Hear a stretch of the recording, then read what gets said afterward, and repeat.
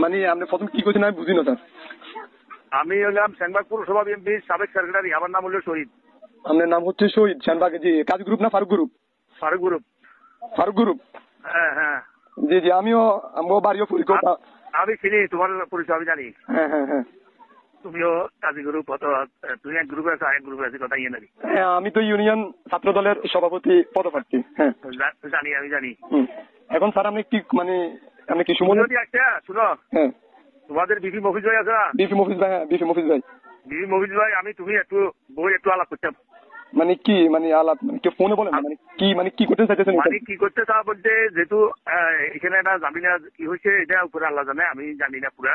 হ্যাঁ, ওই ছেলে যেটা, হ্যাঁ ছেলে কোন সুমন? সুমন। হ্যাঁ সুমন আপনার কি হয়? সুমন আমার তালতো বোনের ছেলে। তালতো বোনের ছেলে। হ্যাঁ। এখন কি করেন? আমার ভাই, আমার বড়টার হ্যাঁ মেট্রোসের ছেলে আর কি। হ্যাঁ হ্যাঁ বুঝছি। তো এই ব্যাপারটা যে আবার ওরা একটু জানাচ্ছে আর কি। হ্যাঁ, পরে আমি দারোগার সাথে ফোন দিয়েছিলাম, কথা বলছি, দারোগা গুলো ভাই শ্রদ্ধা এটা তার জন্য মামলা হচ্ছে। হ্যাঁ হ্যাঁ মামলা তো অবশ্যই মামলা করেছি, গত পরশু মামলা করেছি। হ্যাঁ শুনছি আমি। হুম, ওই পরে আমি শুনলাম তুমি এটা ডিল করতেছো আর কি। হ্যাঁ অবশ্যই। তো আমি চিন্তা করছি তুমি সব বসে একটু আলাপ করি। হ্যাঁ হ্যাঁ মহিজ ভাই বা তুমি, আমি একটু বসে পার্সোনাল একটু আলাপ করতে পারি। মানে এখন আপনি কি চাইতেছেন ওইটা কোন সমস্যা না বলেন। এটা যেহেতু আপোষ করা জানা। আপোষ করে লাই কেন?